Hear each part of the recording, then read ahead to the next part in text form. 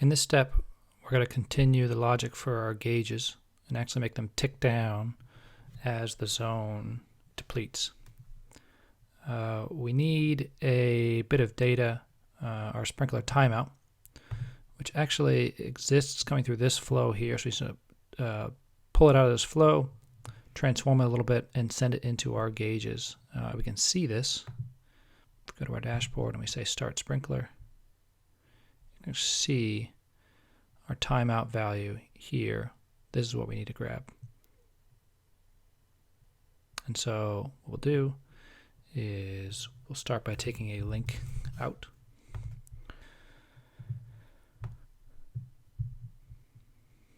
And we'll say send zone timeout.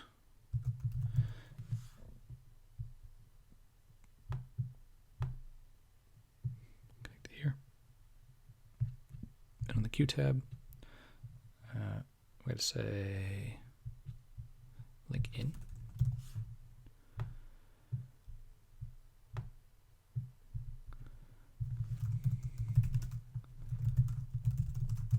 Accept zone timeout. And now we're going to drag a function node. And I say adjust gauge data. Oops. And we're going to grab a little bit of code from the course. Okay. What this is basically doing is it's taking the value, which we saw just a second ago, started in that case at 6, counted down to 0, and it converts that into a percentage, since our gauge shows duration as a percentage. And we'll do one last thing in here. We're just going to indicate that.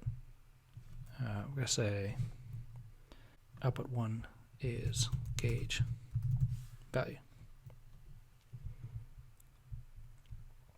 And so we get this information in, pass in our function, and then pass it back out to our gauges. And let's go ahead and test this. Deploy our changes. And we'll turn a couple zones on, a couple zones off.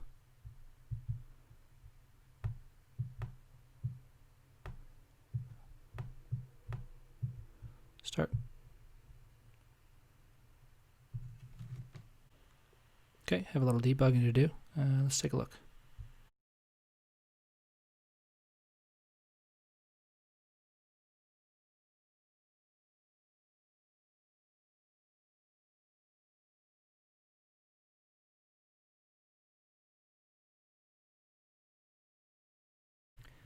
And I think I found it. If I go to my main sprinkler, I find that my send zone timeout value is not linked anywhere. I need to send to my accept zone time value, which is on my Q tab. There it is. Deploy those changes. And I believe this is working now. Let's make sure zone 1 is off. Turn a couple off. Just count down for 3 seconds. Yep. Go to zone 4 and count down for 4 seconds. Great. Some of you might wonder why I'm explicitly toggling these with every test. Right now, the way that we're set up is that our state by default has no state, nor does it have any duration. And so we have to set it explicitly. Right now, even though our indicators say on, off, on, that state is not actually saved after a fresh deploy.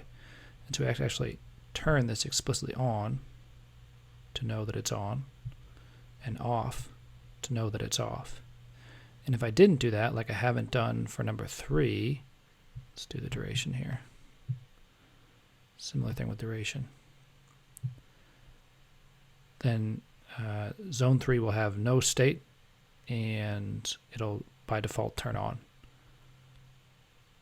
So skip zone 2 because that was explicit, but it's going to start zone 3 because I wasn't explicit about that. We could change that. We could pass in default values here for the switches as well as default values for the zones, so that when we start this, the state that's indicated in our switch, in our duration, matches what the system is actually reading. But I haven't done it yet, so that's why with every test I'm explicitly toggling these.